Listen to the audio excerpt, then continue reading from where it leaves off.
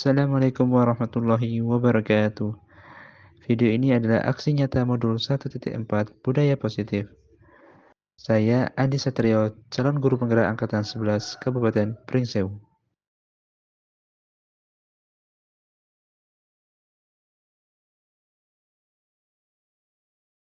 Di sini saya berkolaborasi dengan rekan calon guru penggerak angkatan 11 yaitu Ibu Muslimah dalam diseminasi budaya positif di UPTS Negeri 1 Panutan.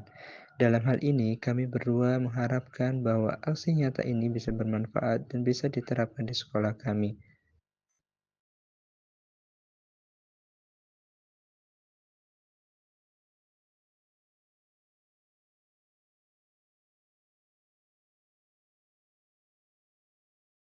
Bismillahirrahmanirrahim. Assalamualaikum warahmatullahi wabarakatuh. Waalaikumsalam warahmatullahi wabarakatuh. Alhamdulillahirabbil alamin wa bihi nasta'inu ala umuri dunya wassalatu wassalamu ala asrofil anbiya'i wal mursalin wa ala alihi wa sahbihi wasallim ajmain amma ba'du.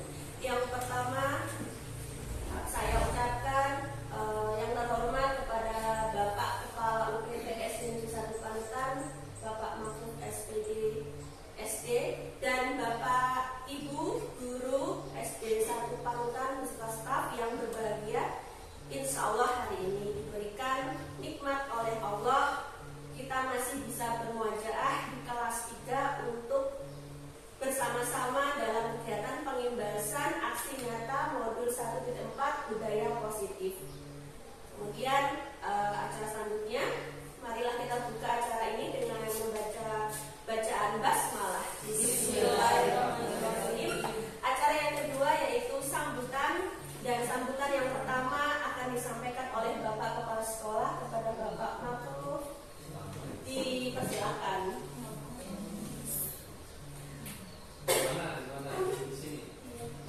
Maju aja nggak apa-apa, sudah.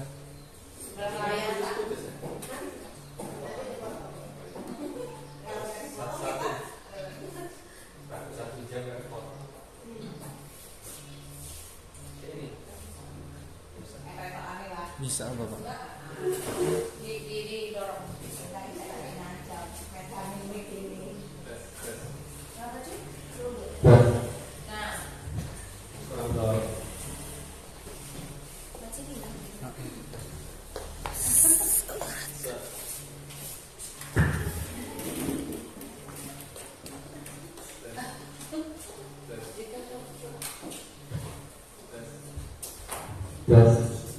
Assalamualaikum warahmatullahi wabarakatuh.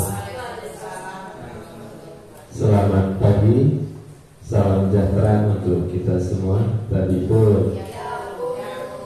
Yang saya hormati Bapak Ibu Dewan Guru beserta staf UPT SDN 1 Panutan. Pertama, kita mengucapkan syukur kepada Allah Tuhan Yang Maha Kuasa.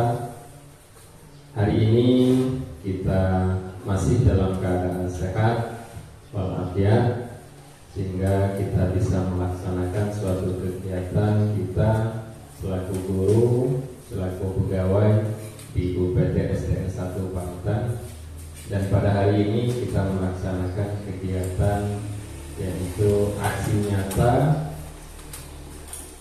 diseminasi budaya positif program kegiatan CGP, yaitu Ibu Muslimah dengan Pak Andi Satrio. Jadi saya selaku Kepala UPTSD 1 Panutan dalam kegiatan CGP yang masih dilaksanakan oleh teman kita, dua guru, Bu Muslimah dengan Pak Andi Satrio, yaitu sangat mensupport sekali dengan kegiatan yang beliau berdua lakukan. Dan juga saya mengajak kepada teman-teman semua untuk ikut andil mensupport dalam melaksanakan yaitu kegiatan-kegiatan CGP terkait dengan pembelajaran yang dilakukan oleh Pak Andi dan Bu Muslimah. Dan untuk selanjutnya, karena sekarang ini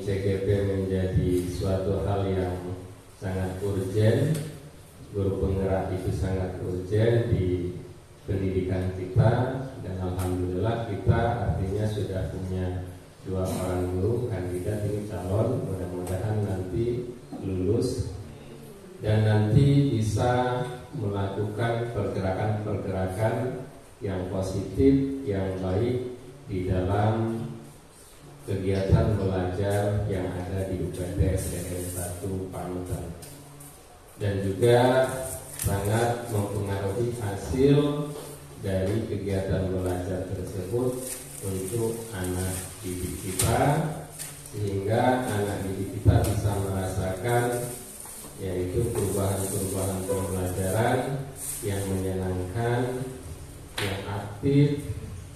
Mungkin juga orang tuanya bisa ikut berperan aktif dalam mempersiapkan pembelajaran atau tugas-tugas bagi anak, sehingga semua unsur yaitu siswa, guru, dan orang tua itu bisa ikut andil di dalam kegiatan pembelajaran, sehingga menghasilkan suatu hasil yang positif, yang baik, yang meningkat, dan menghasilkan nilai yang lebih baik lagi bagi anak-anak didik kita.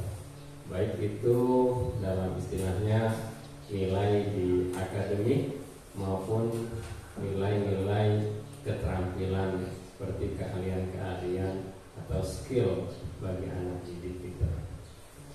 Dan juga mudah-mudahan ke depan teman-teman juga bisa ikut daftar dalam CGP, khususnya yang muda-muda, karena CGP merupakan suatu hal yang sangat positif sekali ya, untuk melakukan suatu perubahan-perubahan dalam pembelajaran, sehingga apa yang dilakukan oleh pemerintah kita bisa menyerap, kita bisa mengambil, dan kita bisa melakukan apa-apa yang diharuskan oleh pemerintah.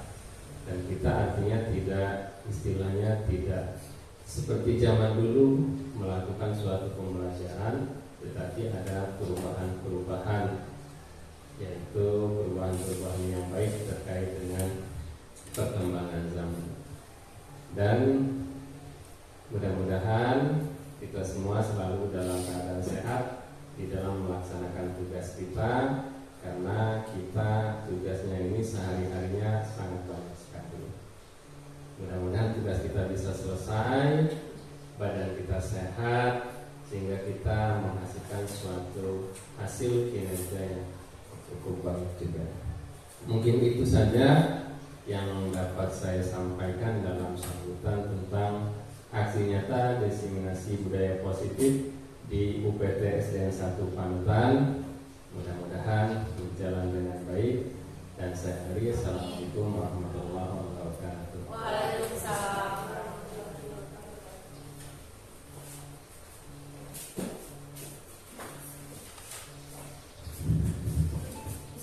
Terima kasih Bapak Kepala Sekolah yang telah memberikan sambutan beserta aktif kepada Bapak Ibu.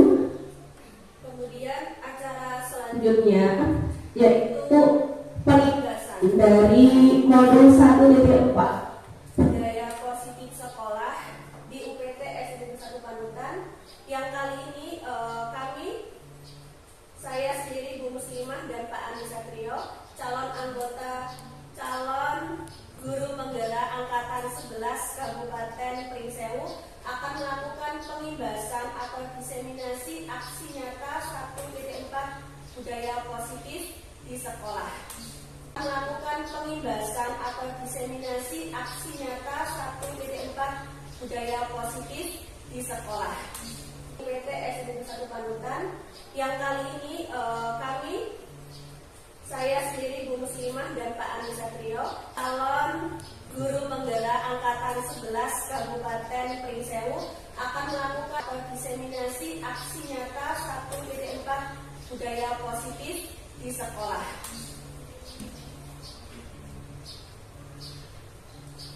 Kemudian nah, sebelum itu Bapak Ibu guru, biar kita rileks. Nah, sekarang Bapak kemudian bisa berhadapan dengan temannya.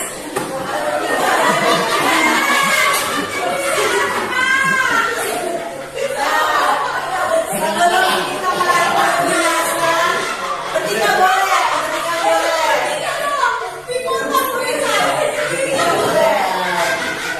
Nah, kemudian instruksinya adalah kita yuk senyum selama 30 detik. Hebat. Nah, dimulai dari sekarang. 1, 2, 3. Yang depan kita kan dulu. Boleh dipandangin temannya yang di depannya. Boleh ya? 30 detik. Saya hebat, Pak Yosef.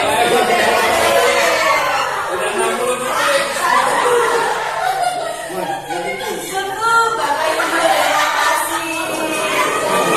Ternyata apa sih setelah kita senyum selama 30 detik, ibu-ibu? Hatinya itu bahagia. Ternyata bukan senyum, ternyata bisa tertawa. Jadi stres ya. Insya Allah nanti kita beberapa menit. Nah, semoga tidak bosan. Oke, selanjutnya Bu Yaseh. Nah, di sini ada kesepakatan forum diseminasi. Kesepakatan kelas kita selama beberapa waktu ke depan. Ini ada contohnya. Yang pertama menghargai dan menghormati. Nanti Ibu, kesepakatan kelasnya apa ya? Kita buat kesepakatan kelas ya. Ini contohnya, menjadi pendengar yang baik, kemudian menghargai pendapat, saling berkolaborasi. Kira-kira apa lagi Bu? Contoh mau izin kalau keluar gitu ya. Apa ada? Ada kemudian baru. Berarti nanti kalau ada yang mau izin ke toilet atau keluar boleh izin. Kemudian kita di sini saling menghormati dan menghargai pendapat teman-teman dan menjadi pendengar yang baik. Nah, ini adalah profil saya bagi Bapak Ibu yang belum kenal. Kenalkan nama saya Muslimah, calon guru pembinaan angkatan 11 Kabupaten Pringseu Lampung. Nah, di sini kami berdua Bapak Ibu akan melakukan aksi nyata pengimbasan dari budaya positif sekolah. Next. Nah, sebelum masuk ke dalam materi, ini ada ice breaking dari kami. Kira-kira tebak gambar. Gambar apakah ini? Bapak Ibu ada yang tahu? Ada yang tahu Bapak Ibu? Itu Pak makan kemarin ya. Permainan. Kira-kira kata apa ya yang bisa dirangkai dari gambar ini? Kakek, tongkat. Nah, tentu. Ayo apa? Ayo apa Bapak Ibu? Kira-kira tebak gambarnya. Nanti yang bisa ini dapat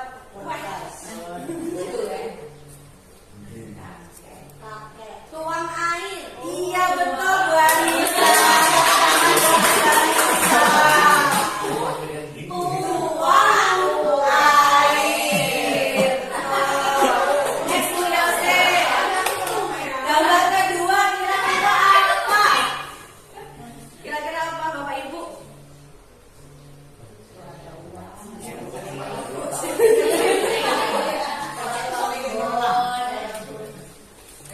Kira-kira apa? Pak Baru, Bu Anissa. Kucing belang. Kucing belang Bu Anissa. Ini satu lagi ya Bapak Ibu ya. Di sini ada kucing belang. Punya belang ya. Belang, uang. Nah, ini yang terakhir nih, yang terakhir.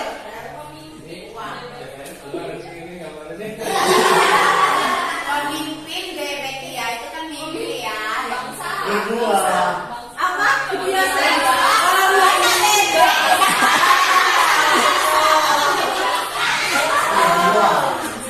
Pemimpin bangsa. Tepuk tangan buat Bu Yosef. Ini bisa Bu dipraktekkan di dalam kelas ketika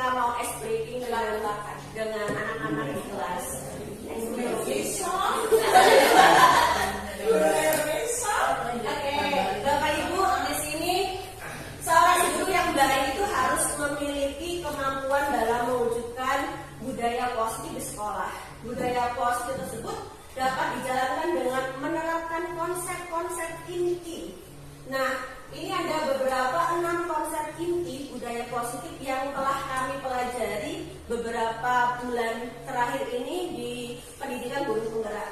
Yang pertama ada disiplin positif, 2 motivasi perilaku manusia, kemudian 3 keyakinan sekolah atau kelas, yang keempat kebutuhan dasar manusia, yang kelima posisi kontrol restitusi, dan yang keenam segitiga restitusi. Nah, kali ini saya guru muslimah akan menjabarkan dari poin nomor 1 hingga nomor 3. Kemudian 4, 5, 6 nanti akan dijabarkan oleh Pak Andi Satrio. Next. Poin pertama yaitu disiplin positif. Kira-kira Bapak Ibu ketika mendengarkan kata disiplin positif, apa sih yang terpikirkan di benak kita? Cara membentuk sikap mandiri.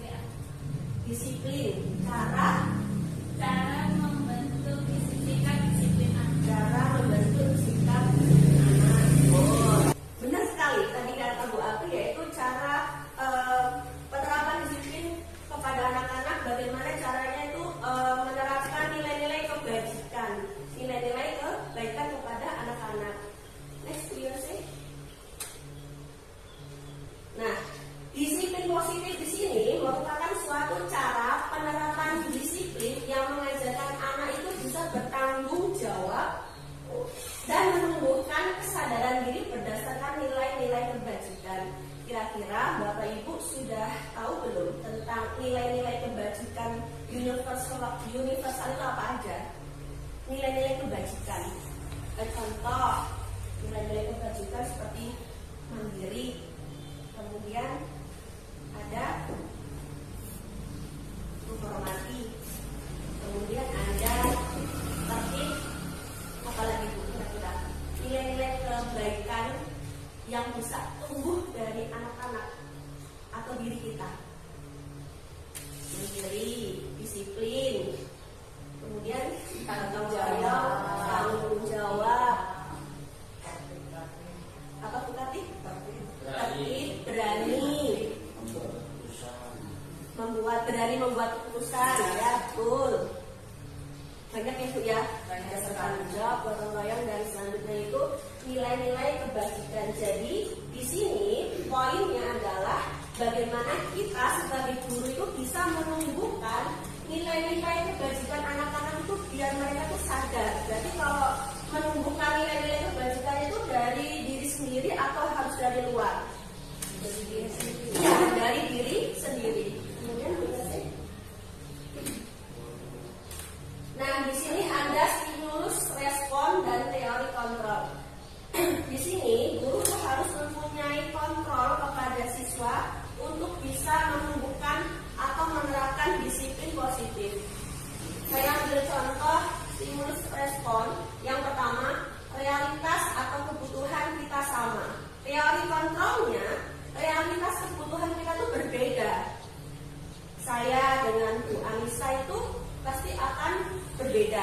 Kemudian semua orang melihat hal yang sama. Teori kontrolnya bahwa setiap orang itu memiliki gambaran yang berbeda-beda. Kemudian yang ketiga, kita mencoba mengubah orang agar berpandangan sama dengan kita. Tetapi teori kontrolnya apa? Kita berusaha memahami pandangan orang lain tentang dunia. Jadi antara satu orang dengan orang yang lain itu tidak bisa sama banget gitu. Ternyata ada teori-teori kontrol untuk bisa melihat kepada pribadi yang lain. Yang keempat, perilaku buruk dilihat sebagai suatu kesalahan. Ternyata ada semua perilaku itu memiliki tujuan. Walaupun awalnya buruk, tetapi kita bisa menggali tentang apa yang terjadi. Kemudian selanjutnya, orang lain itu bisa mengontrol saya. Nah, teori kontrolnya hanya kita yang bisa mengontrol diri Anda atau diri kita sendiri. Kemudian saya bisa mengontrol orang lain. Nah, teori kontrolnya Anda tidak bisa mengontrol orang lain. Sepakat Bapak Ibu? Sepakat. Kemudian stimulus respon yang selanjutnya adalah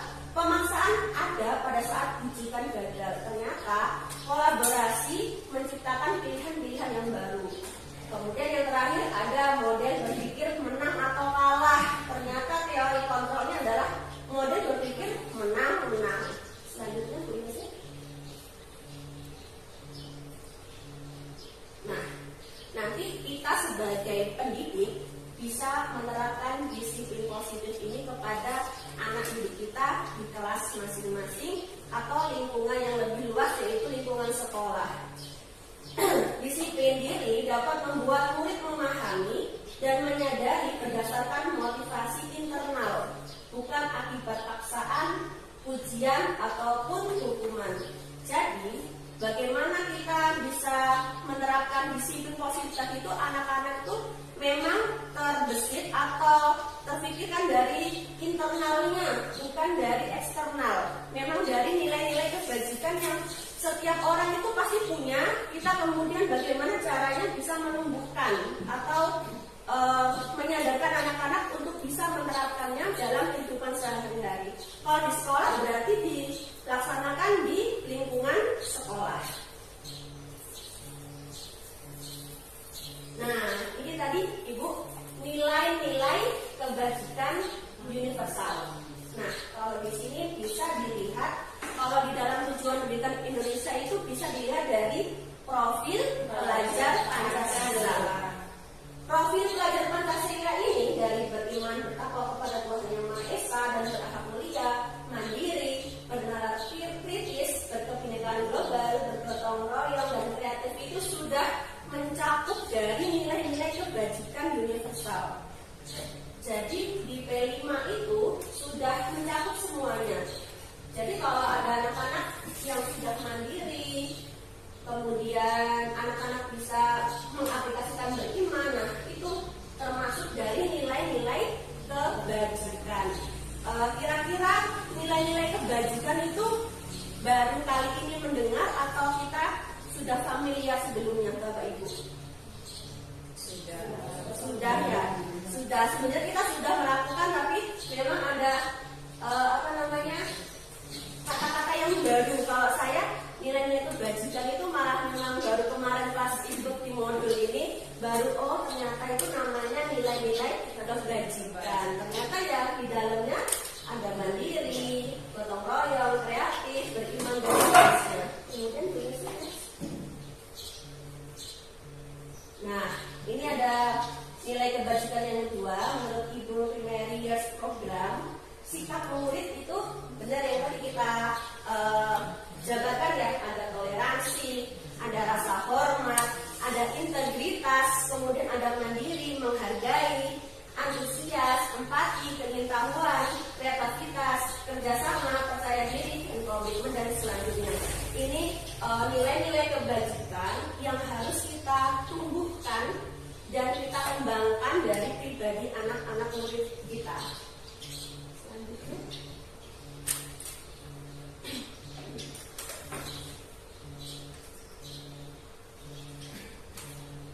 Motivasi perilaku manusia. Materi yang kedua, motivasi perilaku manusia.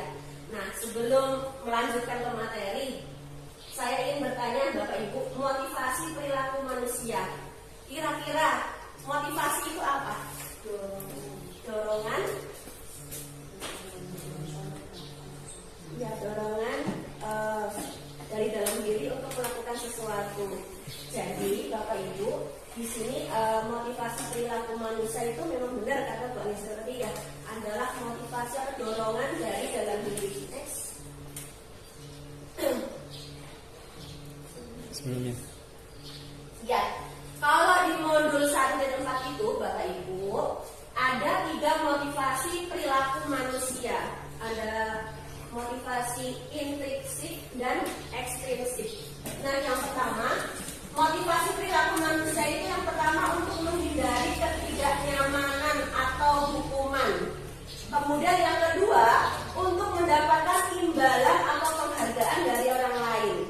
Dan yang ketiga adalah motivasi yang harus kita kembangkan kepada murid, karena ini yang berasal dari dalam diri, yaitu untuk menjadikan orang yang mereka inginkan dan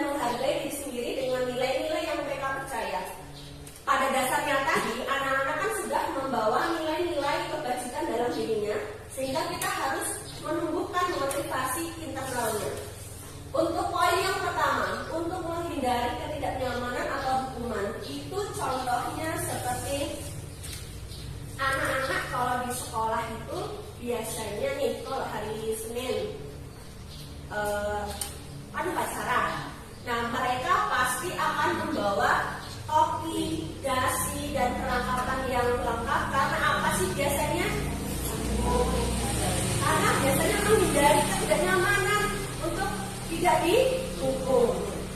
Atau kalau pas di kelas ketika ada PR, nah anak-anak itu menghindari ketidaknyamanannya, dia tidak hukum, tidak kena hukuman, berarti mereka harus mengerjakan. Padahal seharusnya yang dilakukan itu hanya yang ketiga, internal, motivasinya keluar dari diri sendiri. Oh, berarti kalau seumpama hari Senin harus lengkap itu memang saya itu harus jadi anak yang rajin, disiplin. Nah, itu yang bagaimana PR kita Bapak Ibu guru untuk bisa menumbuhkan motivasi intrinsik anak-anak dengan pembawaan nilai-nilai kebajikannya. Kemudian yang kedua, untuk mendapatkan imbalan atau penghargaan dari orang lain. Nah, kira-kira ada yang bisa memberikan contohnya? Bapak Ibu guru boleh. Untuk mendapatkan imbalan atau penghargaan dari orang lain. Kalau di sekolah atau di kelas.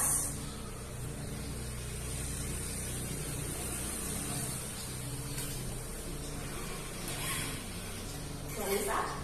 Boleh lihat?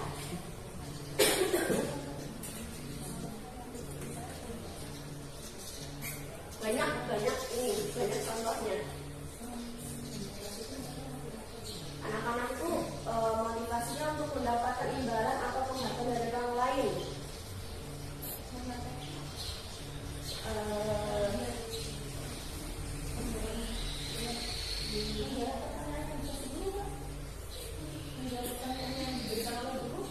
Menjawab pertanyaan yang diberikan oleh guru, kemudian gurunya biasanya kan memberikan bintang. Nah, anak-anak cepet-cepet nih, biasanya mereka motivasinya untuk mendapatkan bintang ya, atau nilai A seperti itu. Atau contoh di kelas kalau itu ada contohnya yang sudah pernah dilakukan, diterapkan yang untuk motivasi nomor 2. Bintang biasanya saya juga pernah memberikan bintang itu ya. Biasanya kalau di kelas saya itu mengharapkan pujian, gurunya pasti bilang anak hebat seperti itu ya kan, anak cerdas. Nah, senang sekali anak-anak itu dipuji seperti itu. Masya Allah, itu bakalan kelas Kalau saya kayak gini, gimana Bapak? masuk SMA itu matematika, jadi siapa yang maju menyelesaikan soal dapat bintang 5. Betul. Oh ya. Kalau salah bintang 2. Iya, itu salah satu motivasi untuk mendapatkan imbalan atau penghargaan dari orang lain. Bagaimana dampaknya Bapak Ibu ketika kita memberikan stimulus itu terhadap anak, selalu memberikan seperti itu? Itu baik tidak tadi? Baik. Tapi, Jadi anak-anak itu seperti selalu mengharapkan imbalan ketika dia melakukan, padahal itu baik untuk dia, tapi dia masih tetap mengharapkan imbalan. jadi, Dan ketika imbalan tidak ada, karena dorongannya hanya karena imbalan, ketika tidak diberikan imbalan, anak-anak tidak mau melakukan imbalan. nah, tepat sekali, benar. Iya Bu, ketika kita memberikan penghargaan itu terus-menerus ke anak, malah mereka itu nanti jadinya melemah karena ketika kita tidak memberikan penghargaannya, mereka akan menjadi loyo kembali. Nah, jadi kita sepakat tidak? Motivasinya itu harus yang di nomor 3 untuk menjadi orang yang mereka inginkan dan menghargai diri sendiri. Yang tadi motivasinya itu harus dari dalam diri. Kalau yang pertama yang sering di sekolahan kita kira-kira yang nomor berapa? 1 ya? 1, 2 gitu ya. Kalau di nomor 3 di kelas Bapak Ibu sudah anak-anak itu terbentuk atau belum? Sedikit sudah ya. 1, 2. hadiah.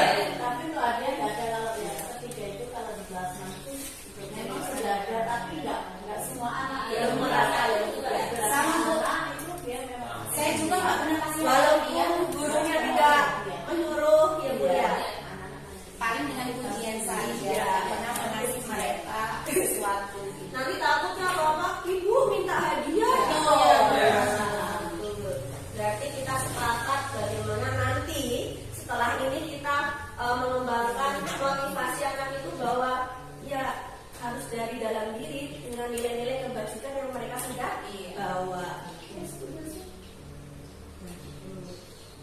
Dan ini terakhir untuk materinya yaitu keyakinan sekolah atau kelas. Keyakinan sekolah atau kelas. Keyakinan sekolah. Kalau keyakinan sekolah itu berarti keyakinan yang kita yakini untuk lingkungan sekolah. Kalau kelas berarti di kelas bapak ibu. Kalau guru mapel berarti keyakinan mapel mata pelajaran. Keyakinan ini nanti berhubungan dengan kesepakatan kelas. Sebelum lanjut, saya ingin bertanya kepada bapak ibu, baik guru kelas maupun guru mapel, apakah sudah pernah menerapkan atau membuat keyakinan kelasnya di kelas masing-masing? Sudah? Ada yang belum? Ada yang belum? Kalau belum berarti nanti kita PR-nya kita membuat keyakinan kelas bersama-sama. Keyakinan kelas keyakinan kelas ini bisa guru itu berperan dalam mewujudkan terbentuknya keyakinan sekolah, berarti lingkungannya luas. Kalau kita dulu itu mengenalnya peraturan. Nah, ternyata peraturan sekolah, peraturan kelas dengan keyakinan sekolah itu atau keyakinan kelas itu berbeda. Kalau dulu kita kan taunya peraturan sekolah atau peraturan kelas. Itu kan yang dibuat. Kalau peraturan sekolah berarti secara luas. Kalau di kelas berarti kelasnya masing-masing. Guru di sini berperan dalam mewujudkan terbentuknya keyakinan sekolah atau kelas dengan adanya kesepakatan antara guru dan murid. Sebaiknya kapan sih untuk dilakukan keyakinan kelas ini bersama anak didik kita? Awal untuk bisa menjalankannya dalam satu semester. Kemudian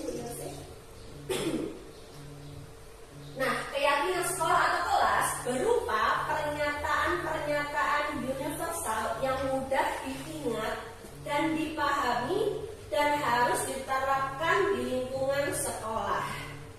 Contoh, kelas 4 sepertinya sudah membuat ya Bu ya. Berikan satu contoh Bu Amalia.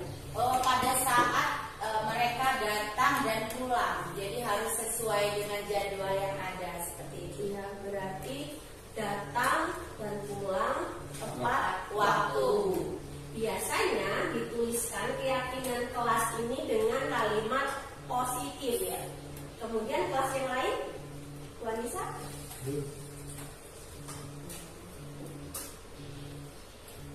Seperti yang kita rubah kalau keyakinan dengan kalimat positif.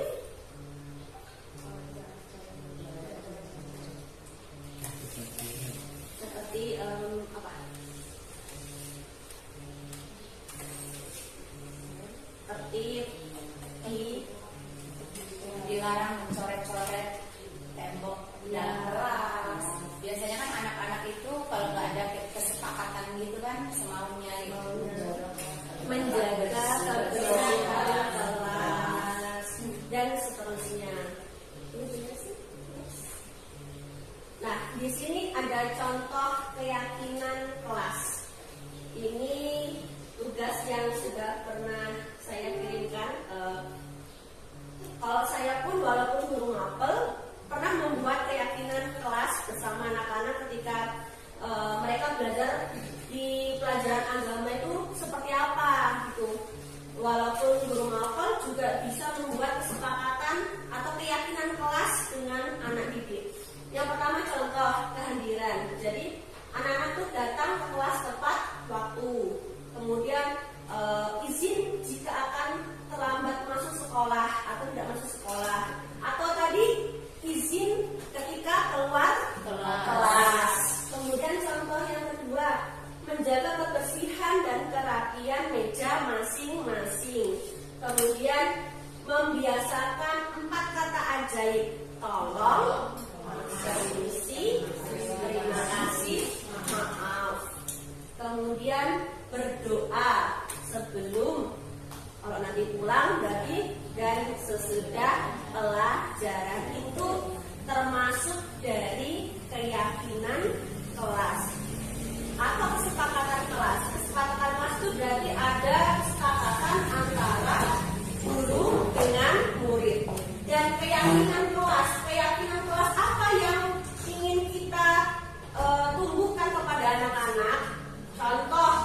keyakinan kelas yang bertanggung jawab, berarti mengerjakan atau mengumpulkan tugas dengan tepat waktu. Jadi keyakinan kelas yang kita tumbuhkan adalah rasa tanggung jawab. Kalau keyakinan mandiri juga bisa, yang mengerjakan tugas, mengumpulkan tugas tepat waktu. Kemudian keyakinan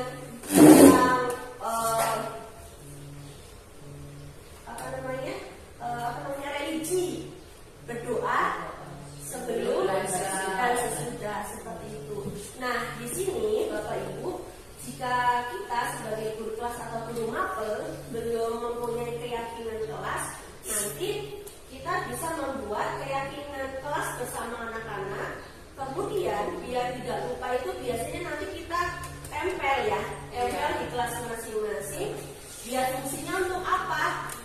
Anak-anak itu ketika melihat, oh ingat kembali tentang keyakinan kelas yang telah dibuat oleh Bapak Ibu guru. Kemudian kira-kira ini mau praktek tidak Bu? Cara pembuatannya sedikit ya. Nanti saya akan membagikan kertas plano ini. Kemudian ibu-ibu akan merumuskan kesepakatan kelas dan keyakinan kelas apa yang ingin dituangkan di dalam kelas Bapak Ibu. Nah, kok di sini kita bisa berkelompok.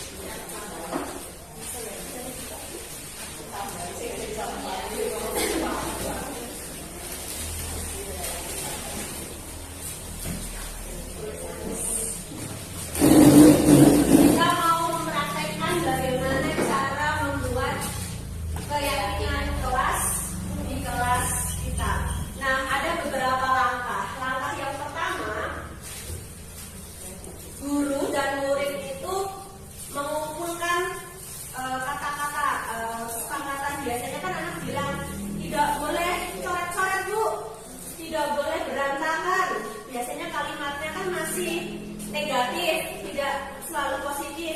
Kemudian langkah yang kedua, setelah anak-anak itu memberikan masukan, kan kita catat dulu tuh bagian yang pertama. Kemudian bagian yang kedua adalah mengubah kalimat yang negatif tadi ke dalam kalimat yang positif. Kemudian yang ketiga adalah menyalahkan kalimat-kalimat itu menjadikan ada nilai-nilai kebajikannya. Boleh berkelompok Bapak Ibu. Bagian yang pertama nanti jadi di bagian 1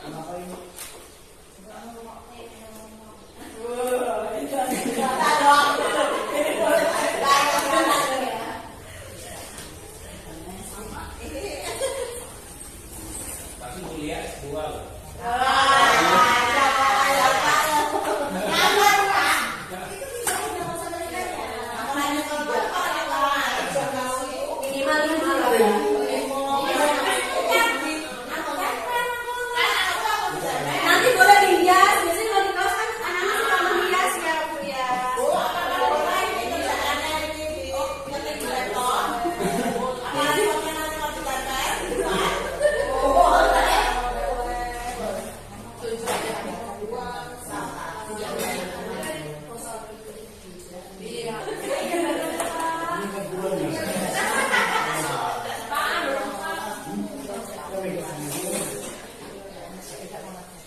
Minimal 5 ya Bapak Ibu ya. Tempat tuh ada dosen. Ini dosen itu asdosnya, jadi beres.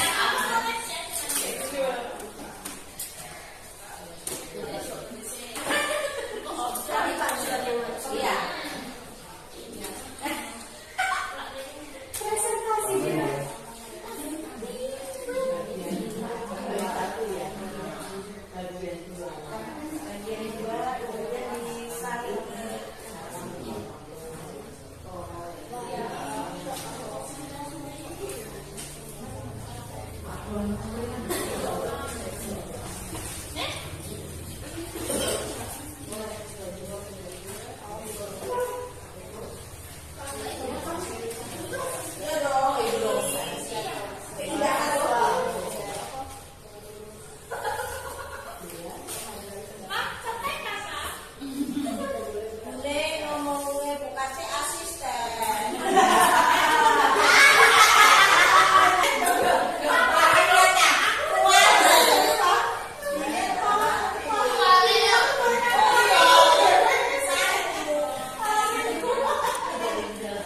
Bagi yang sudah boleh ditempel di papan tulis. Tempel. Kita punya Itu bagian 2 ya. udah jadi satu. Bagian 2 tulis kan nggak tahu.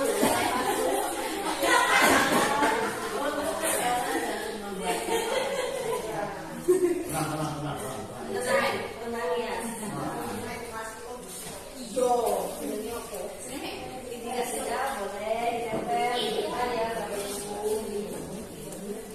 Ini positifnya mana? Mana sih kelompok tadi Pak? Oh.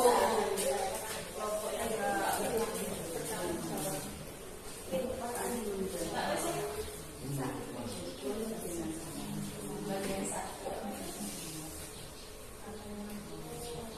Positif. Biasanya bagian 1.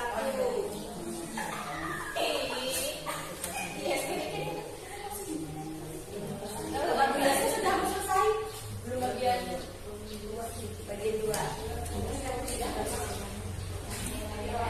Nilai yang kita ikut bagikan bisa dilihat di sini ya Ibu contohnya ya. Ini pembahasan apa?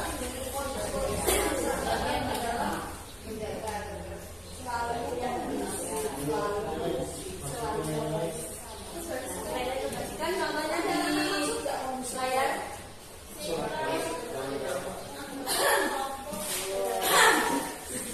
Menambah kan?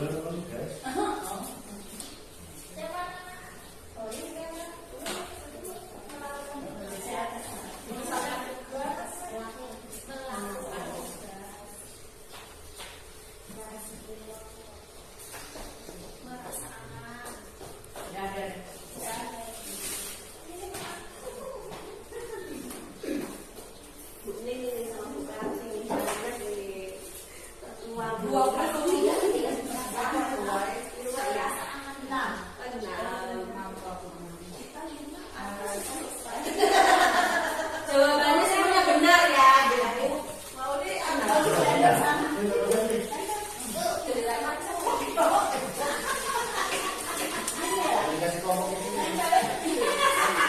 Iya, kasih nama kamu.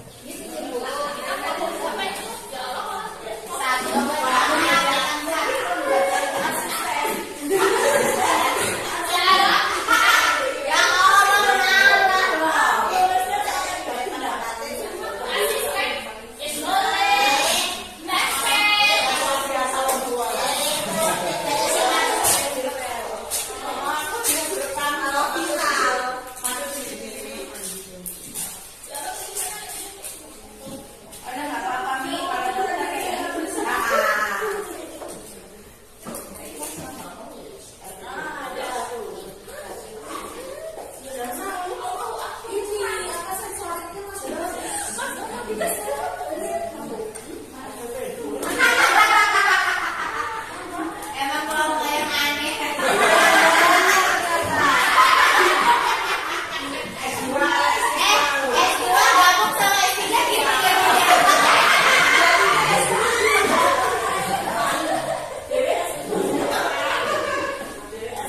Gimana sih? Ada 7 positifnya ada 3. Nanti dijelaskan.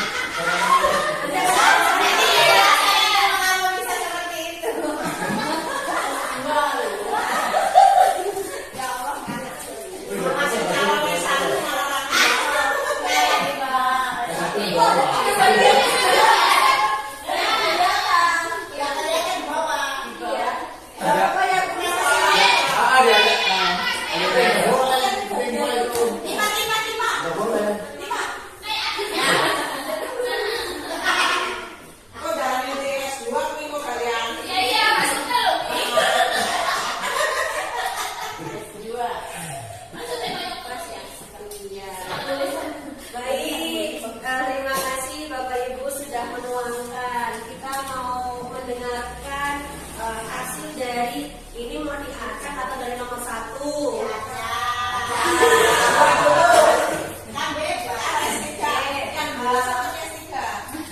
Saya mau melihat nih dari kelompok yang ada gambarnya karena beda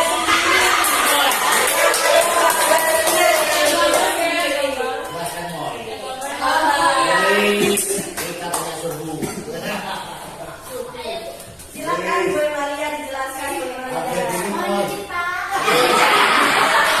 Itu sama pemimpin. Namanya calon pemimpin. Baiklah, assalamualaikum warahmatullahi wabarakatuh. Selamat siang semuanya, teman-teman yang cantik dan ganteng. Jadi izin menjelaskan hasil dari kelompok kami ya, kelompok 4.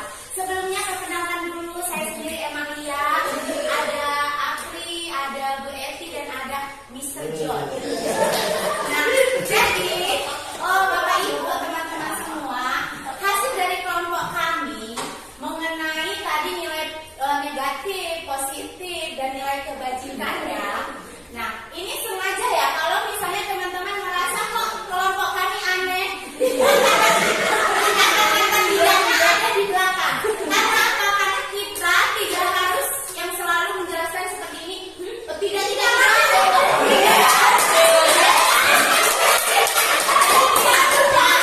Kita mengambil kesimpulan dengan kita menggunakan yang efektif dan efisien. Untuk nilai kata-kata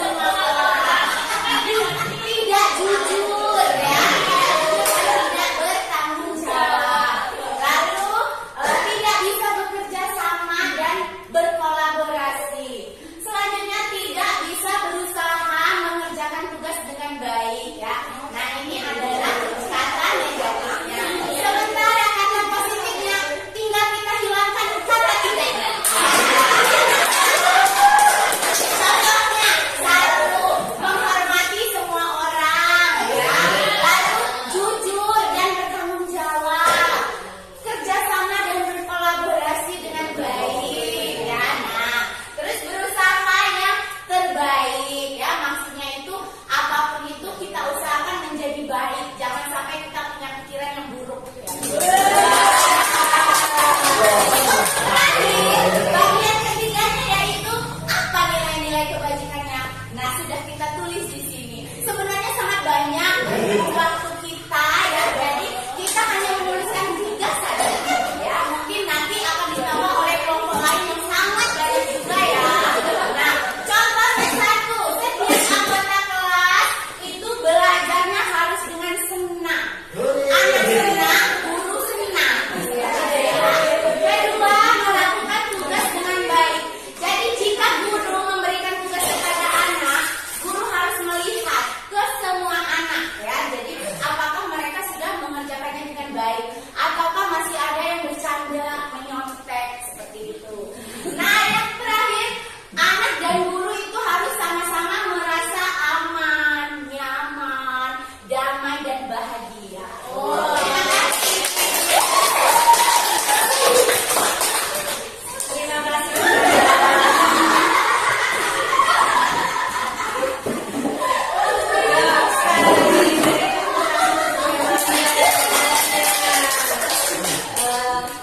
Kemudian satu lagi ya Bapak Ibu ya, untuk kita jabarkan kira-kira nih pilih yang mana? Yang senang.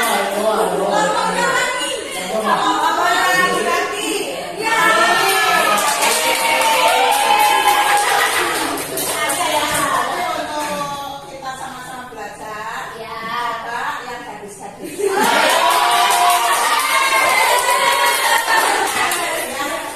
Yang baru lulus, yang baru lulus. Bukannya sebaiknya yang ada pemimpinnya.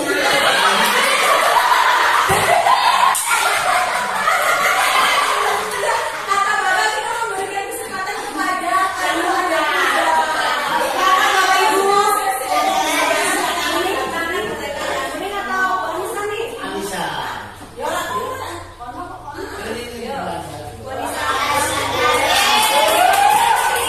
Satu lagi yang memberikan contohnya ya.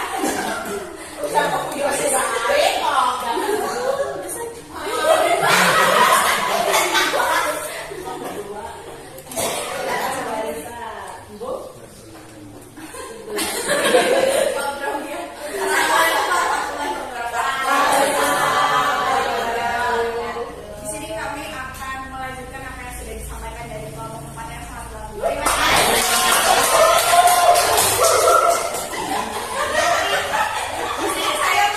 Saya dari biasa memberikan 5 poin, memposisikan bagaimana sih jika kita membuat kesepakatan kelas ini di kelas, memposisikan bagaimana murid akan menjawab ketika bagian satu ini ditanyakan. Apa aja sih Nak, yang tidak boleh kita lakukan di kelas? Yang pertama, tidak boleh membuang sampah sembarangan. Kemudian yang kedua, tidak boleh datang terlambat. Yang ketiga, tidak boleh ribut atau mencela pendapat teman. Yang keempat, tidak boleh mengejek sesama. Dan yang kelima, tidak boleh mencontek. Bagian keduanya kita ambil kalimat positifnya. Jadi kalimat positif itu tidak hanya menggunakan kata tidak. Jadi bisa kita alihkan menggunakan kata-kata yang lain. Yaitu yang pertama, membuang sampah pada tempatnya, datang tepat waktu, menghargai pendapat satu sama lain, menghormati dan menyayangi sesama, dan yang terakhir mengerjakan tugas dengan jujur dan mandiri. Bagian ketiga, yang pertama ini ada menjaga kebersihan kelas. Maksudnya nilai kebajikan yang bisa kita ambil adalah misalnya rapi, bersih. Kemudian yang kedua ada disiplin waktu. Yang ketiga saling menghargai. Yang keempat saling menghormati dan menyayangi sesama. Dan yang kelima mandiri dan jujur. Masya Allah.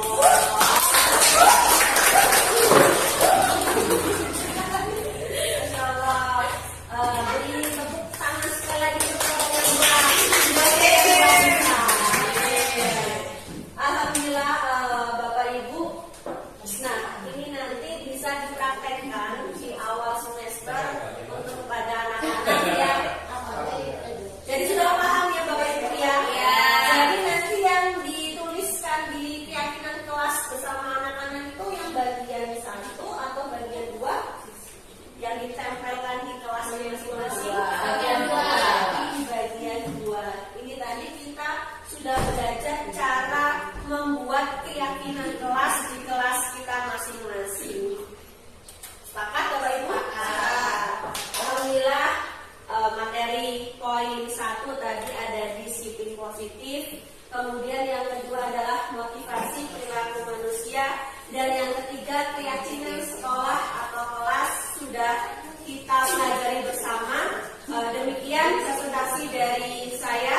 Kemudian presentasi yang kedua akan dilanjutkan kepada Bapak Andi Satrio. Sebelumnya saya ucapkan terima kasih dan akhir kata wassalamualaikum warahmatullahi wabarakatuh. Waalaikumsalam warahmatullahi wabarakatuh. Ya, terima kasih ibu-ibu yang masih bertahan. Jadi saya akan lanjutkan presentasi kali ini. Ini profil saya, pasti sudah tahu lah nama saya. Jadi ibu-ibu kita santai saja. Jadi selama saya memaparkan materi ini, kita sharing dan belajar bersama-sama. Jadi saya mohon izin untuk guru-guru senior dan teman-teman rekan-rekan yang lain. Di sini saya bukan menggurui, tapi kita belajar bareng-bareng bersama-sama untuk melanjutkan budaya positif di sekolah kita. Jadi Bapak Ibu, sebelum kita lanjut, jadi manusia itu mempunyai kebutuhan dasar. Kira-kira ada yang tahu nggak apa saja kebutuhan dasar manusia sih? Biasanya kalau kita sering dengar itu sandang, pangan, papan. Cuman di sini kita akan globalkan kebutuhan itu menjadi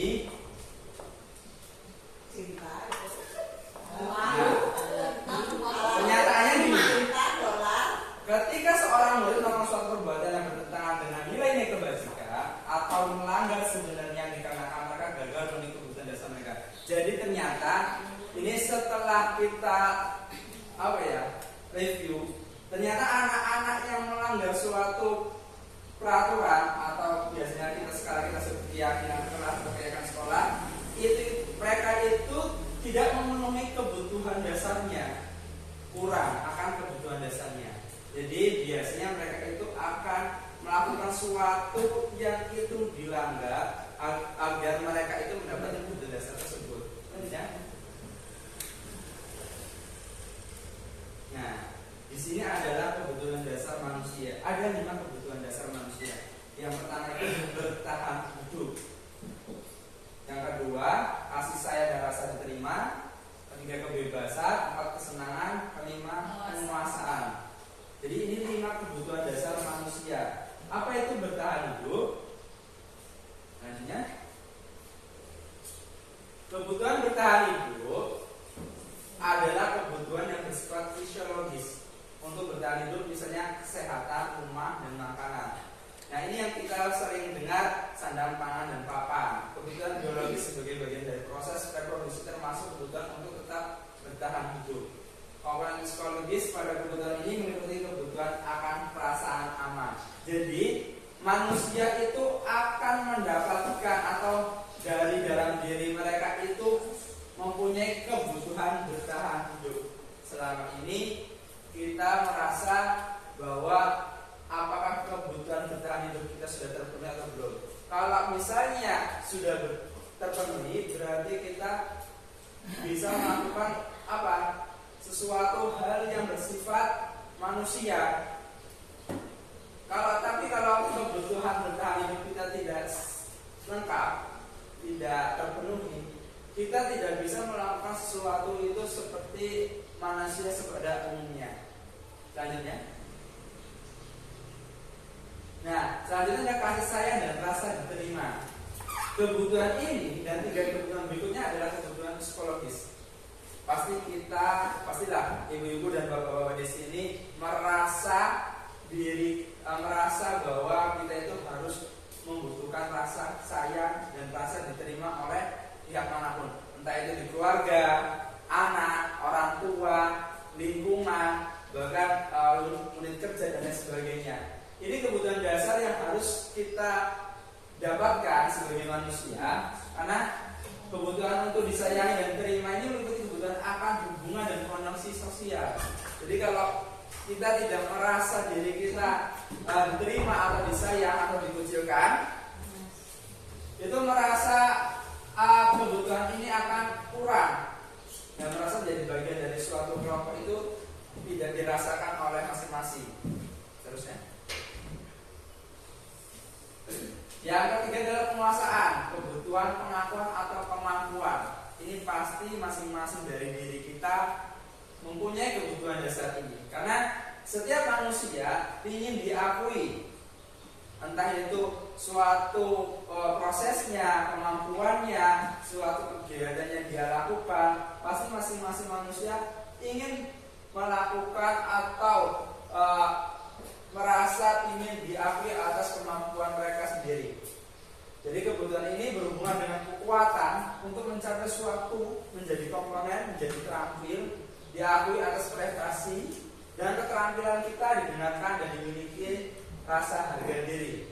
Kebutuhan ini meliputi keinginan untuk dianggap berharga, bisa membuat perbedaan, bisa membuat pencapaian, kompeten, diakui, dihormati. Ini meliputi self system dan keinginan untuk meninggalkan pengaruh. Selanjutnya, nah, kebutuhan selanjutnya adalah kebebasan. Kira-kira Bapak Ibu di sini merasa nggak suatu saat itu merasa dirinya itu sangat tertekan, terbebani, atau merasa dirinya itu tidak memiliki kebebasan, sesuatu yang saya inginkan tidak tercapai. Ini adalah suatu yang harus kita butuhkan setiap dasar manusia, yaitu memiliki kebebasan. Kebebasan untuk berekspresi, kebebasan untuk melakukan suatu hal yang kita sukai. Biasanya ini harus kita terpenuhi, karena jika tidak terpenuhi, itu akan mempengaruhi dasar-dasar kebutuhan manusia. Misalnya hobinya mancing, tapi tidak boleh mancing, gitu kan? Rasa dirinya itu akan tertutup oleh kebutuhan yang kebebasan itu. Jadi sesuatu kebebasan jika kita halangi akan menimbulkan suatu dampak yang besar. Jika nanti suatu saat sudah meluap atau sudah membesar, itu akan menjadi sangat brutal kalau bahasa kasarnya. Jadi kebutuhan untuk bebas itu sangat penting, karena kebutuhan akan kemandirian, otonomi, memiliki pilihan, dan mampu mengendalikan arah hidup seorang. Anak-anak juga, termasuk murid-murid kita itu memiliki dasar kebebasan. Mereka itu nggak harus ingin belajar ya masuk menjadi soal atau pulang terus bagaimana. Mereka itu memiliki kebebasan yang mereka inginkan. Saya itu ingin belajar seperti ini loh Pak, Bu, saya itu ingin belajar menyenangkan, saya itu ingin belajar di luar, saya itu ingin belajar sambil berlari. Itu kebebasannya. Kadang kita renggut ke murid-murid. Sebenarnya murid-murid itu akan mengungkapkan itu belum kesampaian. Jadi kadang mereka akan mengambil sikap seperti libur di kelas, menjahili teman, atau berisik, mencontek dan lain sebagainya. Itu adalah suatu tahapan yang mereka akan keluarkan jika kebutuhan dasar ini tidak terpenuhi. Selanjutnya, yang terakhir, terus selanjutnya adalah kesenangan, kebutuhan untuk merasa senang. Kebutuhan akan kesenangan adalah kebutuhan untuk mencari kesenangan, bermain dan tertawa. Bayangkan hidup tanpa kenikmatan apapun, betapa menyedihkan. Seperti tadi sebelum kita mulai presentasi, kita berhadapan dan tersenyum selama 30 menit. Ini 30 menit.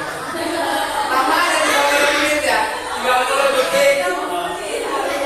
Cuma waktu 30 detik itu semua merasa bahagia. Tidak hanya senyum, bahkan tertawa, ya kan?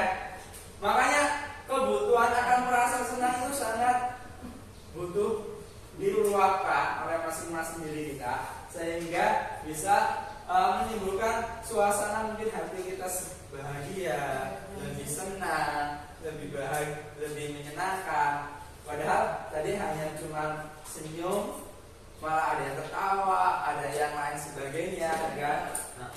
Selanjutnya,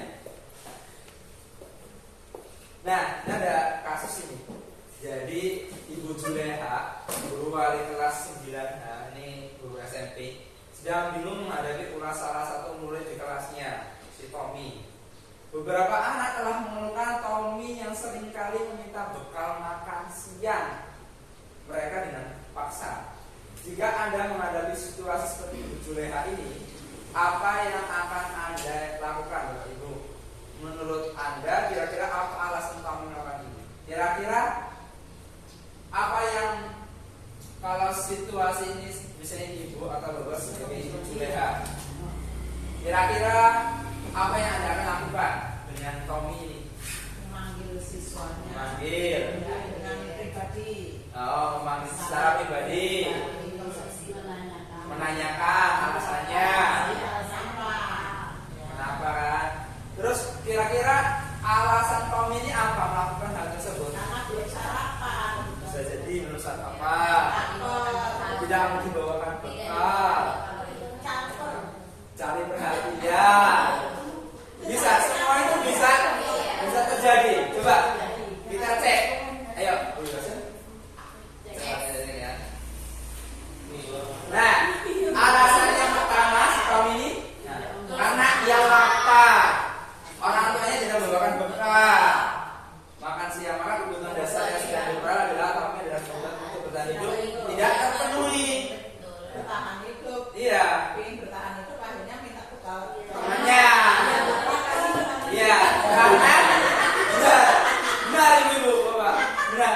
Karena alasan Tommy ini karena dia lapar, karena dia tidak bisa menahan rasa laparnya, akhirnya dia meminta bekal temannya dengan secara apa? Inilah salah satu alasan kalau kebutuhan dasar kita itu tidak terpenuhi. Selanjutnya alasan kedua pasti ada nih. Oh ya, ada. Karena dia merasa senang ketika temannya melaporkan tindakannya itu pada gurunya, sehingga gurunya memberitahu orang tuanya, sehingga orang tuanya jadi memperhatikan dia. Maka kebutuhan dasar yang sedang diperintahkan adalah kebutuhan akan kasih sayang yang biasa. Kemungkinan besar di sekolah kita itu banyak anak didik kita yang berperilaku seperti ini. Mungkin di rumah itu orang tuanya tidak memberikan rasa kasih sayang sepenuhnya untuk anaknya. Jadi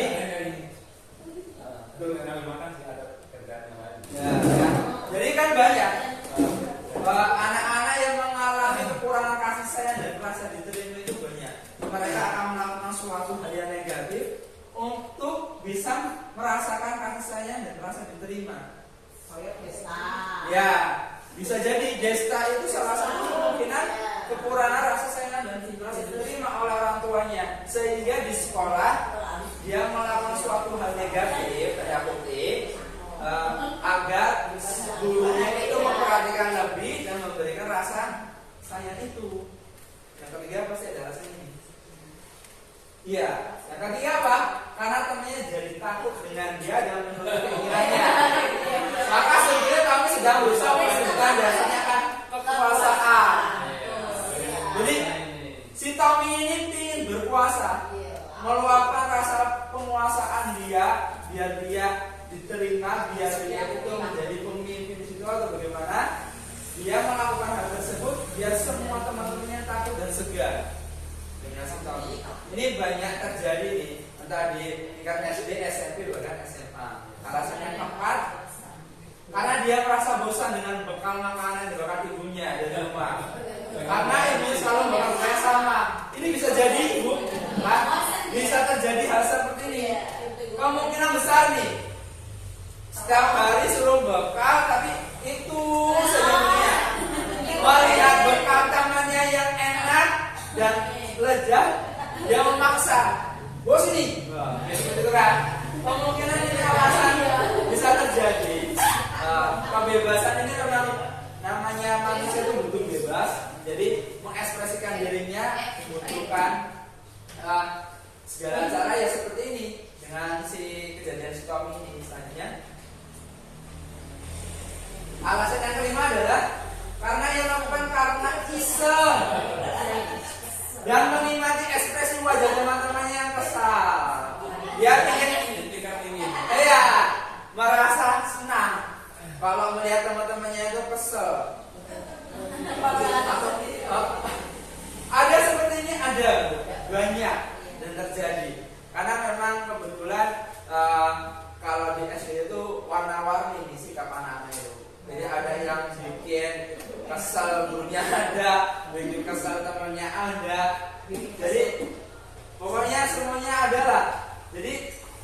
kita tahu, kita menyadari bahwa ternyata hal tersebut dilakukan oleh anak tersebut adalah atau kaum ini dia mempunyai dasarnya. Ternyata kebutuhan dasar dia sebagai manusia tidak terpenuhi sehingga dia melakukan hal tersebut. Bisa jadi kita ya sebagai guru nih, saya juga baru paham mengenai ini selama melakukan pendidikan guru penggerak ini. Ternyata memang itu yang dialami oleh anak-anak. Ternyata kalau anak mungkin lagi ribut atau lagi ejek-ejekan sama temennya, mungkin dia itu merasa ingin diperhatiin oleh temennya atau merasa cari muka atau bagaimana. Ternyata saya tanya di rumahnya, orang tuanya gimana kerja, terus kalau pulang rumah kamu ngapain, ya nonton TV, nggak ketemu orang tua dan lain sebagainya.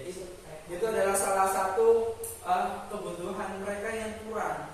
Jadi kebutuhan kasih sayang yang kurang, kebutuhan penguasaan, kemampuannya, kebebasannya, kesenangannya itu kurang, maka akan mengakibatkan ya ini si Tommy ini salah satunya. Selanjutnya. Nah, sekarang kita akan lanjut ke posisi kontrol restitusi. Nah, itu apa sih sebenarnya? Ada 5 posisi kontrol. Nah, ini sebelum itu saya mau tanya sama Bapak sampai dulu. Pernah nggak menjadi posisi kontrol sebagai penghukum? Kadang-kadang Ya.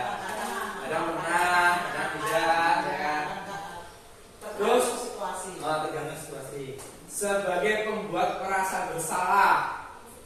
Maksudnya apa itu? membuat merasa bersalah. Kita kadang-kadang di situ kan apa ya, di dalam kelas kita merasa bersalah. Oh, kita ngajarnya seperti itu, Ya. akhirnya anak seperti ini. Bisa. Terus guru sebagai teman. Iya, nyanyi. Ya kan? Iya benar. Guru sebagai pemantau. Dan guru sebagai manajer. Pernah nggak melakukan hal seperti itu? Nah, apa sih dari 5 posisi kontrol restitusi ini? Yuk kita ulas bareng-bareng. Ini adalah 5 posisi kontrol. Ini memang kalau yang ini ada tadinya terlalu kecil.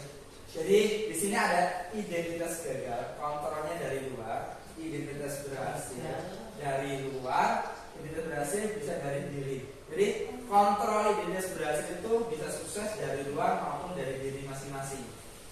Bisa dari kontrol penghukum. Guru itu biasanya berbuatnya apa? Menghardik, menunjuk-nunjuk, menyakiti atau menyindir. Menunjuk-nunjuk, kamu itu sangkut. Nah, salah. Itu bisa kayak gitu kan? Sangkut. Bisa gimana? Sangkut jangan di situ. Saya itu sebagai penghukum. Biasanya kata-kata yang terlontar atau keluar dari kata-kata gurunya itu seperti apa? Kalau kamu tidak melakukannya, awas ya, rasakan. Misalnya atau itu kan ancaman, seperti ancaman atau awas kamu jangan di situ atau bagaimana dan sebagainya. Hasilnya apa? Bukannya murid itu menuruti kata-kata kita, malah akan semakin menjadi. Kita sering melihat seperti itu, Bapak Ibu, ya kan? Saat kita ngomong menjadi seorang penghukum, anak, hati, jangan itu, bisa seperti itu, ya kan? Bukannya dia minggir atau seperti apa, dia akan terus di situ, akan mencari perhatian. Minggir sebentar, tapi besoknya diulangi lagi. Iya, seperti itu ada. Terus kaitannya dengan dunianya yang berkualitas itu apa? Murid mengatakan guru di luar dunia yang berkualitas. Dia membayangkan guru itu sebagai seorang yang jahat dan lain sebagainya, banyak berkarakter, yang berkarakter jahat. Pasti kita sering punya nih, dari SD sampai SMA kita ingat guru yang paling jahat. Ya kan? Pasti ada salah satu guru yang kita ingat, bapak itu, ibu itu lebih keras banget. Mohon maaf ya, mudah-mudahan ini sebagai pembelajaran bagi kita juga. Saya teringat sekali dengan Pak Tamimi, guru SMP saya. Sungguh luar biasa Pak Tamimi. Sungguh luar biasa. Bentar-bentar waktu zamannya saya SMP itu masih boleh melakukan kekerasan mungkin ya. Pak Tamim ini membawa sebuah bambu yang selalu dilakukan untuk memukul anaknya. Itu saya teringat sampai sekarang. Dan bahkan kalau kamu luar biasa itu Pak. Tapi sekarang udah mungkin udah pensiun dan nggak tahu masih hidup atau sudah pulang. Terus dampaknya akan mengulang kesalahannya. Benar, akan terus melakukan kesalahan yang sama. Anak tersebut pasti akan melakukan hal tersebut. Nah, selanjutnya, posisi kontrol pembuat rasa bersalah. Guru berbuatnya seperti apa? Pasti berceramah dan mengatakan seharusnya kamu nak seperti ini. Ibu itu kecewa, bapak itu kecewa, kamu ini. Kamu kan harusnya kayak gini. Kamu kan harusnya begitu. Kamu kan harusnya gini. Selalu seperti itu. Kamu nih kan, seharusnya kamu sudah tahu. Ibu lelah sekali mengatakannya. Ibu stres ya. Seperti itu kan ibu capek, gitu kan. Kalau kita nggak bisa melakukan emosi kita biasanya ya namanya gitu. Ibu capek, gitu kan. Yang mikir pandu. Ya kan? Benar ibu, benar. Jadi makanya kadang kita sebagai guru merasa capek memikirkan murid kita tidak berubah, tidak mengalami perubahan yang signifikan dan lain sebagainya. Terus apa hasilnya? Menyembunyikan atau menyangkal atau berbohong. Jadi saat kita melakukan pembuat rasa bersalah, anak itu akan sering berbohong. Jadi kalau kita merasa diri kita menjadi pembuat tuh karena gara-gara kamu seperti ini, besok dia melakukan hal tersebut dan dia akan berbohong. Saya tidak melakukan Pak Bu. Bukan saya Pak yang menyembunyikan itu. Karena diri dia sudah dicap merasa bersalah. Jadi setiap dia melakukan hal tersebut, biar dia tidak merasa dirinya bersalah, dia akan berbohong atau menyalahkan orang lain, mengadu domba. Terus selanjutnya, biasanya kata-kata yang akan terlontar oleh murid adalah maafkan saya ibu, maafkan saya bapak. Dampak pada murid apa? Merasa rendah diri. Seperti itu dampak yang akan terjadi. Terus posisi kontrol yang ketiga adalah teman. Apa guru berbuatnya membuatkan alasan-alasan untuk muridnya. Terus guru berkata biasanya kata-kata gurunya terlontar sebagai temannya. Ayolah nak, lakukan ini demi ibu. Ayolah nak, lakukan ini demi bapak. Masa kamu tidak mau ingat ibu tidak pernah membantu kamu ini, ibu pernah membantu kamu seperti ini. Ayolah nak, nanti ibu yang disalahkan oleh kepala sekolah nanti seperti apa? Ada itu biar anak itu merasa kasihan. Biasanya kalau sebagai teman seperti itu, ayolah, gitu kan, seperti itu kan. Nah hasilnya apa? Akan ketergantungan.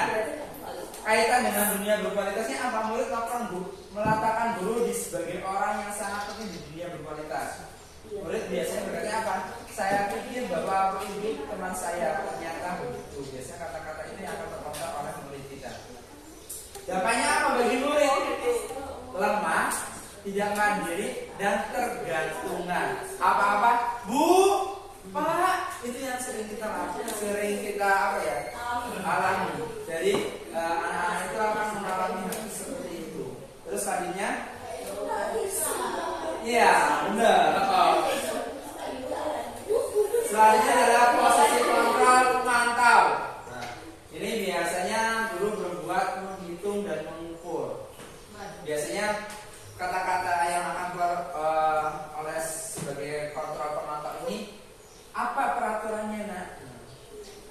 Tahu nggak peraturannya Pak? Tahu kan peraturannya? Biasanya seperti itu. Ya hasilnya itu apa? Menyesuaikan diri, tidak diawasi. Nah kalau nggak diawasi, ya melakukan kesalahan tersebut. Kaitannya dengan dunia yang berkualitas adalah murid mengatakan guru peraturan dan hukum di dunia berkualitas. Biasanya murid akan mengatakan seperti apa? Berapa banyak duit yang saya harus harus peroleh. Nah, berapa halaman yang harus saya tulis? Karena di posisi pemantau ini guru selalu mengatakan peraturannya seperti ini. Nah, kamu jika tidak menulis, kamu akan mendapatkan seperti ini. Jika kamu tidak mengerjakan, kamu akan menulis seperti ini. Nah, dampak pada murid apa? Menitik beratkan pada sanksi atau hadiah untuk dirinya. Yang tadi seperti setelah dibahas oleh Bu Mus sama saya, bahwa ada guru itu yang memberikan hadiah, ya kan? Yang memberikan suatu reward atau bintang atau sebagainya. Itu di posisi kontrol dia sebagai pemantau. Nah, ini adalah posisi guru. Dan yang terakhir adalah manajer. Kalau manajer ini biasanya guru itu akan melakukan suatu melakukan pertanyaan-pertanyaan atau mengajukan beberapa pertanyaan kepada murid yang bermasalah. Terus biasanya apa yang biasanya guru katakan tuh? Apa yang kita yakini, keyakinan kelas apa yang kita sudah lakukan. Nah, terus apa yang bisa apa kerjakan untuk memperbaiki masalah ini. Jadi seorang guru yang memiliki posisi kontrol manager ini akan membantu mencari solusi permasalahan yang dihadapi oleh anak tersebut. Nah, hasilnya apa? Bisa menguatkan pribadi. Terus kaitannya dengan dunia berprofesinya apa? Murid mengatakan dirinya sebagai individu yang positif dalam dunia berkualitas. Biasanya apa yang dikatakan oleh murid? Bagaimana cara saya bisa memperbaiki hal tersebut atau memperbaiki keadaan, memperbaiki kesalahan tersebut. Dampaknya pada murid bisa mengevaluasi diri bagaimana cara memperbaiki diri. Nah, kira-kira dari 5 posisi kontrol ini, kira-kira sebagai guru, Bapak Ibu, kira-kira manakah yang akan kita pilih? Idealnya sih manajer idealnya di atas kertas, tapi dalam keseharian kita menyesuaikan aja sih. Idealnya memang manajer, karena manajer ini memposisikan suatu saat murid mempunyai masalah, kita itu mencari solusinya bareng-bareng. Nah, coba selanjutnya. Nah, yuk, coba kita cek nih. Kira-kira saat pernyataan ini yang mengatakannya sebagai pemantau, teman, merasa bersalah, penghukum, atau manajer. Yang pertama, saya kecewa sekali dengan kamu. Kira-kira apa? Merasa bersalah. Membuat merasa bersalah. Coba kita lihat. Oh ya. Nah, ya.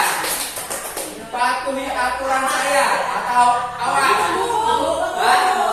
Coba cek. Iya, benar sekali. Terus lanjut. Ayolah, kamu demi saya ya. Nah, ya, benar sekali. Selanjutnya, sanksi atau konsekuensi apa? Pemantau. Ya, benar. Selanjutnya, bagaimana kalau diceritakan saya ini? Wah, ternyata hebat sekali ibu-ibu.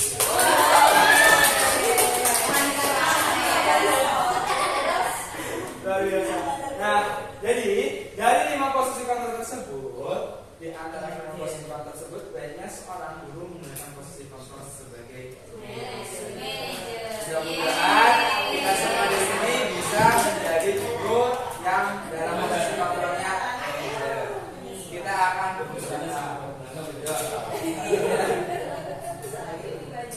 Nah, posisi kontrol sebagai manajer ini, guru dapat berbuat sesuatu bersama murid, mempersilahkan murid bertanggung jawab dan mendukung murid agar dapat menemukan solusinya. Artinya,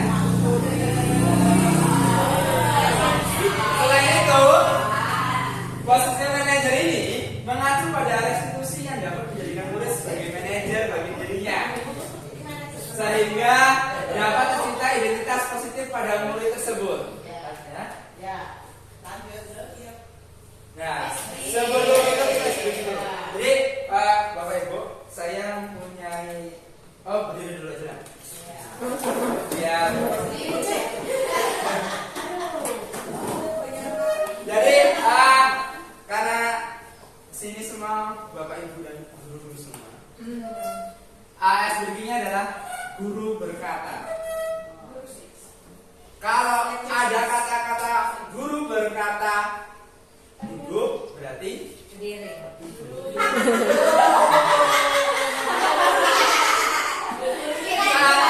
ada guru berkata pegang telinga, berarti pegang. Guru berkata pegang tangan, berarti pegang tangan. Guru berkata pegang pundak, berarti pegang. Paham ibu bapak-bapak? Ya. Guru berkata pegang tangan. Guru berkata pegang telinga. Guru berkata pegang pundak. Guru berkata pegang lutut. Guru berkata duduk. Silakan berdiri. Kan ada guru.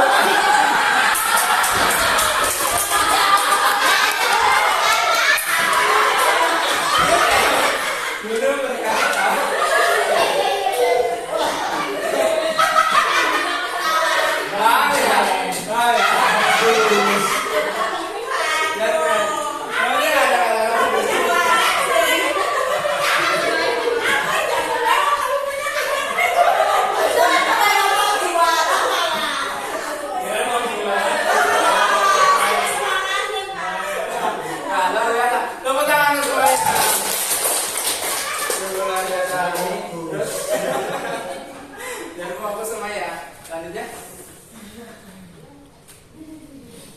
segitiga restitusi. Ya, ini materi terakhir dalam diskusi kita hari ini. Selanjutnya. Nah, jadi Bapak Ibu, ada 3 tahapan yang harus kita lakukan sebagai seorang posisi control manager, yaitu melakukan tahapan dalam segitiga restitusi ini. Yang pertama itu adalah menstabilkan identitas. Jadi saat melakukan segitiga restitusi ini, nanti Bapak Ibu akan melakukan menstabilkan identitas anak tersebut biar emosinya nggak terlalu tinggi. Misalnya kalau dipanggilkan takut dan sebagainya. Setelah itu apa? Validasi tindakan yang salah. Terus validasi tindakan yang salah itu maksudnya apa? Menanyakan apa yang telah diperbuatnya. Jadi jangan kita sebagai penghukum langsung menanyakan kamu itu salah seperti ini. Biarkan mereka yang menjawab tindakan yang mereka lakukan bahwa itu salah. Terus yang ketiga, nah ini nih, yang pertama tadi menstabilkan identitas. Dilakukan berdasarkan prinsip bahwa membuat kesalahan adalah bagian dari proses pembelajaran yang nantinya akan menggeser identitas gagal ke arah identitas sukses. Selanjutnya, terus kedua, menstabilkan identitas. Berbuat salah itu hal yang manusia. Tidak ada manusia yang sempurna. Kita pasti bisa menyelesaikan permasalahan ini. Ini biasa kata-kata yang sering terucap untuk menstabilkan identitas dari guru ke anak. Bapak Ibu tidak tertarik untuk mencari tahu siapa yang benar, siapa yang salah. Bapak Ibu lebih tertarik untuk menyelesaikan masalah. Kalau kamu menyalahkan dirimu sendiri terus-menerus, apakah kamu bersikap baik pada dirimu sendiri? Biasa kata-kata ini yang sering terlontar untuk sebagai posisi kontrol sebagai manajer. Selanjutnya, dan validasi tindakan yang salah. Validasi tindakan yang salah ini dilakukan berdasarkan prinsip bahwa setiap perilaku berupaya memenuhi suatu kebutuhan tertentu, sehingga guru atau orang tua akan bergeser dari pemikiran stimulus respon menjadi proaktif, serta akan lebih mengenali dan mengakui kebutuhan murid atau anak. Selanjutnya, validasi tindakan yang salah ini kamu pasti punya alasan mengapa melakukannya. Ini kata-kata yang sering terlontar pada anak. Apa yang penting bagi kamu? Kamu boleh tetap berusaha menjaga sikap itu, tapi tambahkan sikap yang lain atau yang baru. Maka kamu belajar cara lain untuk mendapat yang kamu butuhkan tanpa harus memukul. Selanjutnya, menanyakan keyakinan. Menanyakan keyakinan ini dilakukan dengan beri pertanyaan bermakna kepada murid atau anak agar anak memunculkan motivasi secara intensif sehingga mampu mengaitkan keyakinan dengan tindakan yang salah. Yang tadi kita sudah buat sama-sama bahwa keyakinan keras itu suatu katakanlah kebijakan yang positif. Selanjutnya, menanyakan keyakinannya seperti apa? Ini kata-kata yang terlontar sebagai guru apa nilai yang kita percaya di sekolah kita, nilai apa yang telah kita sepakati, kelas yang identik seperti apa sih, kamu ini jadi anak seperti apa yang kamu rasakan ketika kamu melakukan itu, kamu menjadi orang yang seperti apa. Selanjutnya, nah ini adalah cuplikan video kedengaran yang berbeda ya.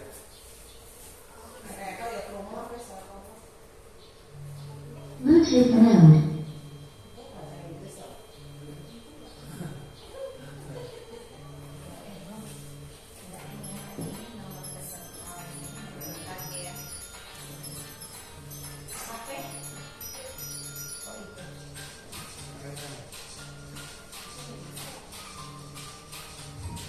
Ini karena nggak kedengaran, jadi di situ saya melakukan posisi terus dengan manajer. Jadi di sini saya mulai menanyakan kepada anak, stabilkan identitas itu saya menanyakan apa yang kamu lakukan, salah apa yang kamu lakukan, dan anak itu akan menjawab saya terlambat Pak. Terus saya akan menanyakan kembali. Kamu tahu keyakinan sekolah kita masuk kelasnya berapa? Setengah 8 kata dia, dan seterusnya. Ini adalah salah satu contohnya. Selanjutnya,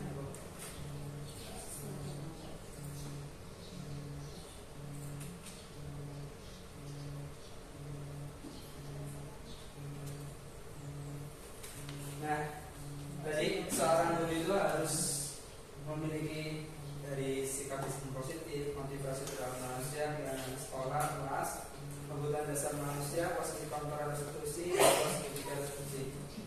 Seorang guru yang baik harus memiliki kemampuan dalam mewujudkan budaya positif di sekolah.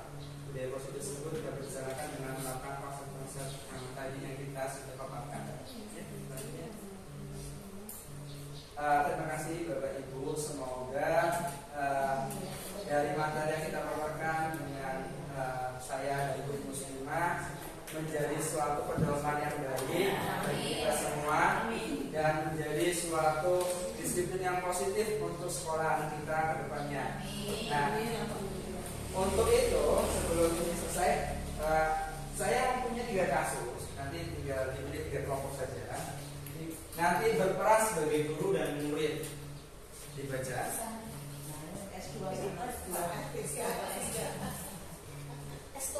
Di situ ada 3 kasus. Di situ sudah ada kata-kata yang sebagaimana seorang guru menjadi seorang posisi control manager. Nanti kata-katanya seperti itu. Boleh dibaca dulu. Baik. Sambil membaca boleh dinikmati sajiannya.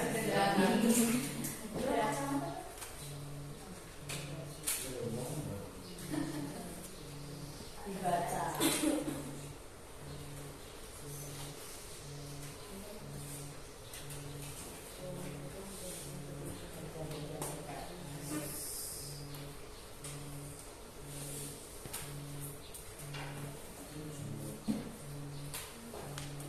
Nanti kita coba mempraktekkan ya, 1 atau 2.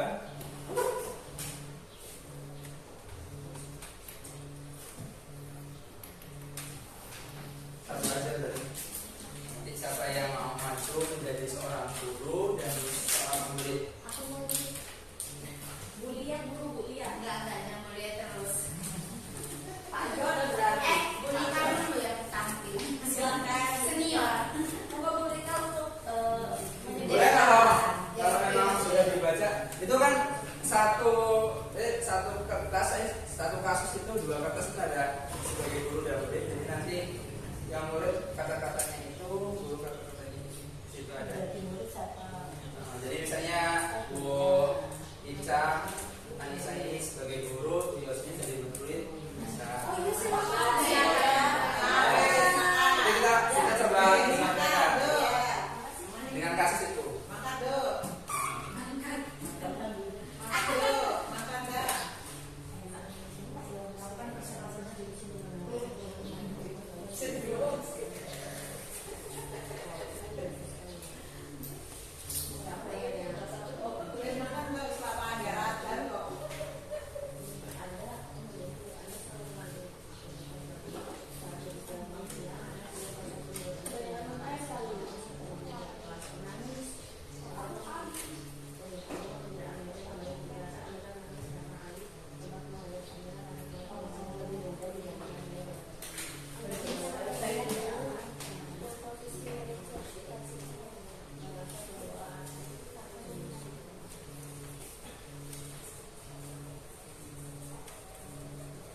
Sudah bisa memahami Ibu Anissa?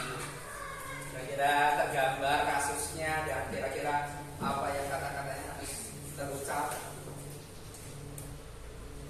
Itu ada tahapan-tahapannya. Contoh pada isi kalimatnya juga ada.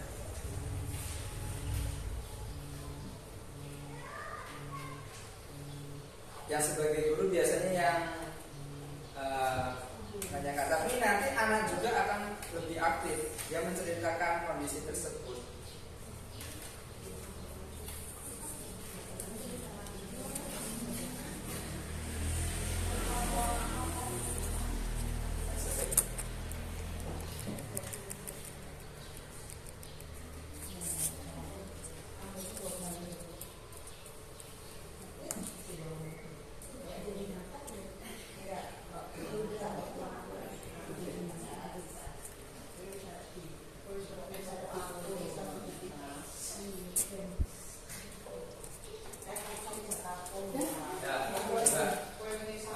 Kita kasih aplaus dulu untuk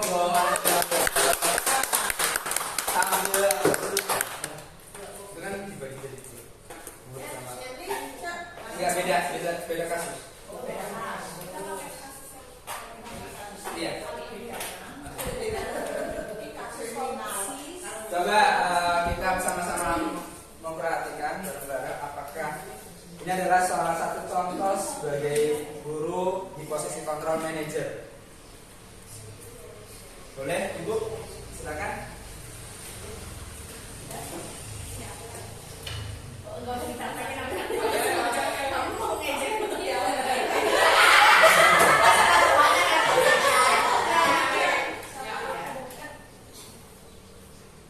Nah, Ibu tadi bilang Amira menangis karena kamu, iya atau tidak? Iya, Bu. Ibu sadar kamu buat salah gitu, tidak apa-apa. Tapi ini tahu kenapa sih kamu melakukan itu ke teman kamu? Iya, Bu, soalnya Amira itu nilainya itu lebih jelek dari aku. Dia tuh dapat nilai 60, aku dapat nilai dapat nilai yang lebih tinggi itu bagus. Tapi ketika kita mengejek orang lain, kira-kira orang lain itu akan rugi tidak dengan apa yang kita lakukan? Rugi sih, Bu. Amira tadi setelah diejek, Amiranya seperti apa? Dia nangis. Dia nangis yang anak Ibu rasain ini apa? Yang kamu rasakan seperti apa setelah nangis? Iya, aku senang. Aku puas. Berarti ketika Amira yang menangis, kira-kira anak Ibu ini sudah merugikan Amira atau belum? Belum. Ketika ada orang yang sedih, menurut anak Ibu ini sudah merugikan temannya atau belum? Iya, Bu. Sudah merugikan, Bu. Ibu mau tanya, kita kan kemarin sudah buat keyakinan kelas. Kira-kira yang kamu lakukan ini sudah sesuai dengan keyakinan kelas yang kita buat? Tidak sesuai, Bu. Tidak sesuai. Karena kemarin anak Ibu ini bilang tidak boleh mengejek teman, Bu. Akhirnya di keyakinan itu kita harus saling sayang, harus saling menghargai. Benar atau tidak? Benar, Bu. Tindakan kamu ini sudah merusak keyakinan kelas tersebut belum?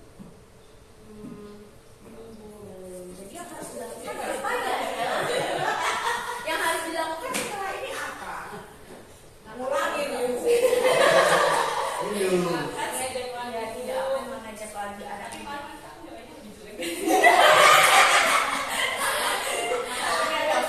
Ibu kan anak yang baik, jadi sudah tahu kalau itu tidak sesuai dengan keyakinan. Kalau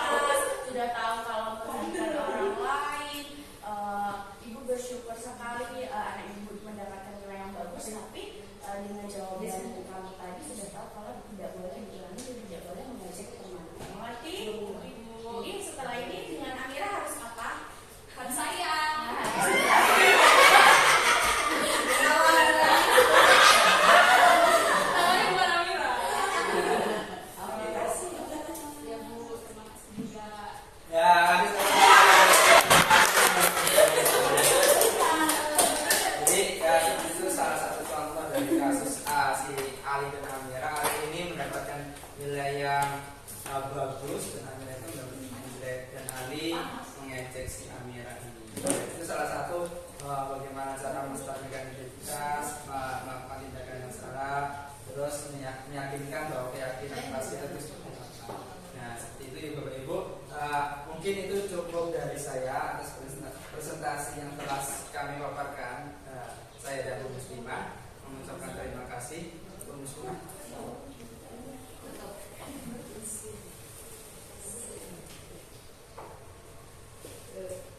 Dan kami berharap saya dan Bu Muslimah sebagai calon guru penggerak bisa mengimbaskan hal-hal positif ke sekolahan kita dan melakukan suatu hal yang baik ke depannya, dan semua tidak terlepas dari dukungan Bapak dan Ibu, terutama Bapak Kepala Sekolah dan teman-teman yang lainnya, bahwa kita itu bisa melakukan hal ini karena kita saling berkolaborasi, saling menyemangati, dan berusaha sebaik mungkin. Mudah-mudahan sekolah kita semakin menjadi sekolah yang bagus dan menjadi sekolah yang berkarakter nantinya. Saya akhiri, kita berdoa akhiri. Wabillahi taufiq wal hidayah. Wassalamualaikum warahmatullahi wabarakatuh.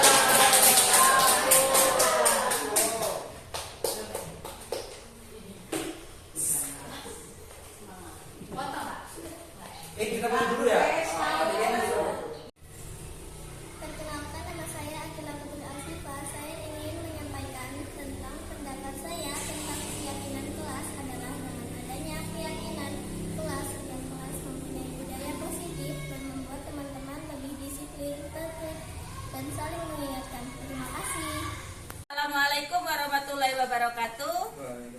Nama saya Apri Ase Wulandari, rekan sejawat dari Ibu Muslimah dan Bapak Andi. Saya sangat inspirasi dengan diseminasi yang telah dilakukan, yaitu keyakinan kelas dan segitiga restitusi, sehingga dapat diterapkan di kelas yang saya ampuh. Untuk Bu Muslimah dan Pak Andi, saya ucapkan semangat dalam proses pendidikan guru penggerak angkatan 11. Wassalamualaikum warahmatullahi wabarakatuh.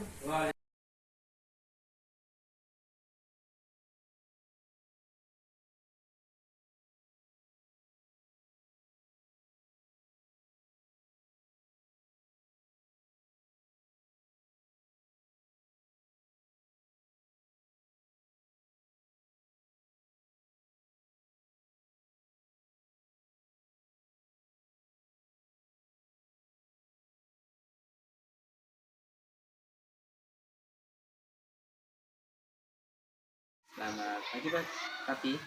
Pak. Sudah istirahat? Sudah makan tadi? Rafi tahu nggak Pak Andi panggil ke sini kenapa?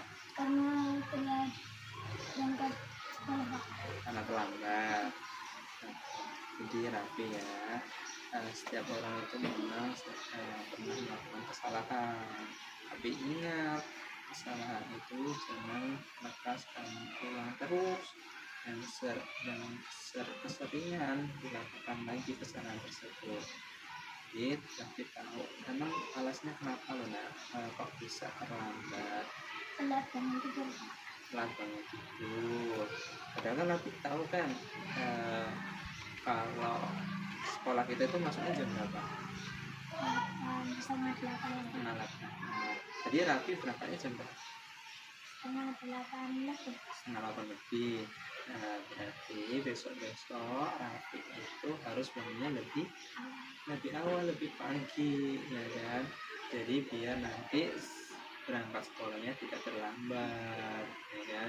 Terus Rafi tahu nggak apa yang Rafi langgar dari keyakinan kelas kita? Tahu apa itu? Kita berangkat terlambat, Pak. Mau berangkat harus lebih awal. Jadi kalau Rafi sudah tahu keyakinan kelas kita, kesepakatan kita, besok-besok tidak boleh ulang lagi. Jadi nanti Rafi kalau sudah malam, sudah selesai menyelesaikan PR, sudah jam 9 aja selesai sholat isya, langsung tidur, jangan begadang lah. seperti itu ya Raffi ya. Diingat, pokoknya jangan diulang-ulang terus hal yang buruk, harus diganti hal yang positif ya. Ya kalau seperti itu, mudah-mudahan besok datanya lebih awal ke sekolah dan tidak terlambat. Boleh istirahat.